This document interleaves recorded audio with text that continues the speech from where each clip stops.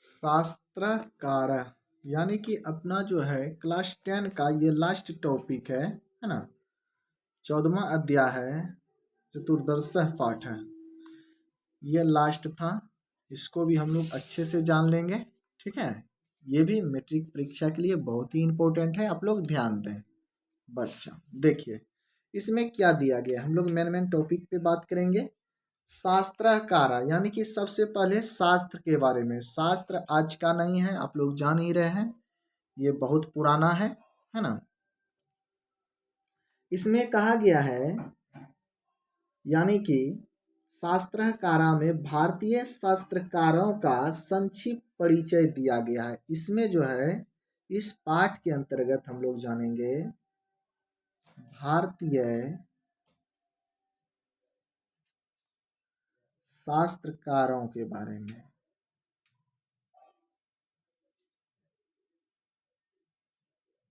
भारतीय शास्त्रकारों का संक्षिप्त परिचय।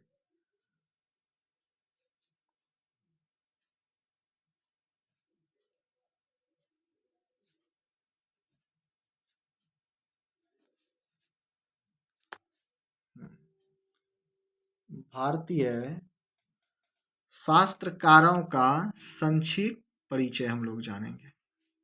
चलिए आगे फर्स्ट पॉइंट। नेक्स्ट है, इसमें ये देखा जाएगा,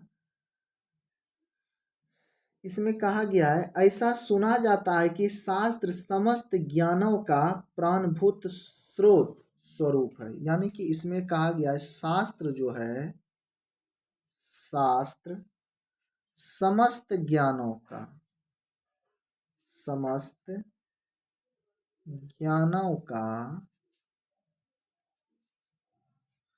प्राणभूत,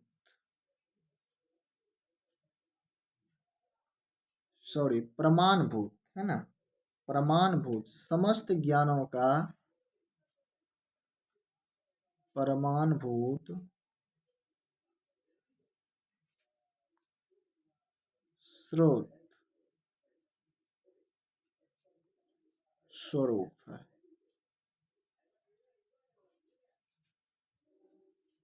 शास्त्र जो है समस्त ज्ञानों का प्रमाणभूत स्रोत स्वरूप है।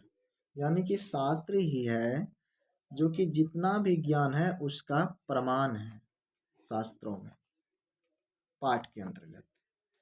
नेक्स्ट हम लोग जानेंगे शास्त्र नाम ज्ञान के शासक का था। इस पाठ के अंतर्गत कहा गया है कि ये जो शास्त्र जो नाम था ना, शास्त्र नाम ज्ञान के शासक का है, था नहीं, ज्ञान के शासक का है, शासक का है। यानी ये जो शास्त्र नाम पड़ा था वो किसका है, अभी ज्ञान के शासक का। यानी कि जिनके अंदर जितना ज्ञान है वो ज्ञान, उसी को क्या कहा गया, शास्त्र कहा गया।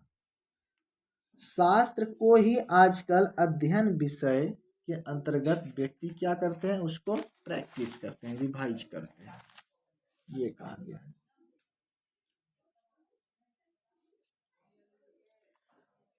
किसी दूसरे ने कहा कि शास्त्र नित्य और वेद रूप है। बिल्कुल सही बात है। शास्त्र क्या है, शास्त्र जो है नित्य और वेद रूप है। यानी कि यह वेदों का रूप भी है, वेद रूप है। वेद के बारे में भी आप लोग जानते होंगे, वेद की संख्या 4 होती है ना, वेदांग 6। इसमें से कहा गया है यानी कि शास्त्र नित्य और वेदांग का स्वरूप है। यह ऋषि मुनियों से प्राणित और निर्देशक तत्व है। यानी कि ऋषि मुनि जो है क्या किए हैं, इस शास्त्र को लिखे हैं। जैसे हम लोग अभी जानेंगे कि शास्त्र का रचयिता कौन कौन थे। देखिए अकेले कोई शास्त्र नहीं लिखे थे। शास्त्र का रचयिता नाम जानेंगे। देखिए शास्त्र के रचयिता में थोड़ा हम लोग नाम जान लेंगे। बौधायन, बौधायन एक ये ऋषि थे। भारद्वाज नाम सुनेंगे आप लोग, भारद्वाज मुनि, है ना, भारद्वाज थे। और गौतम भी थे, गौतम भी थे, है ना। उसके बाद वशिष्ठ, है ना, वशिष्ठ ऋषि, वशिष्ठ, वशिष्ठ, है ना, आदि ऋषि देते हैं, वशिष्ठ आदि ऋषि, ऋषि यानी कि बहुत सारे ऋषि मिल करके वो क्या किए थे, शास्त्र को लिखे थे, है ना। उस समय जो ऋषि सब हुआ करते थे बहुत ही विद्वान हुआ करते थे। उन उन सब के पास ज्ञान की कोई भी कमी नहीं थी, मतलब भंडार था।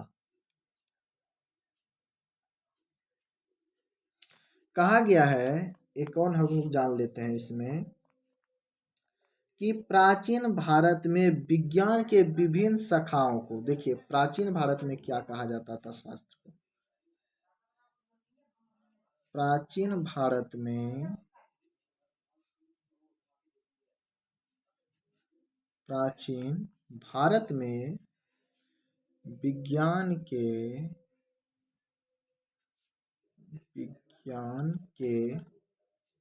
विभिन्न शाखाओं को शास्त्र कहते थे। विज्ञान के विभिन्न शाखाओं को, विभिन्न शाखाओं को शास्त्र कहते थे। क्या कहते थे, शास्त्र।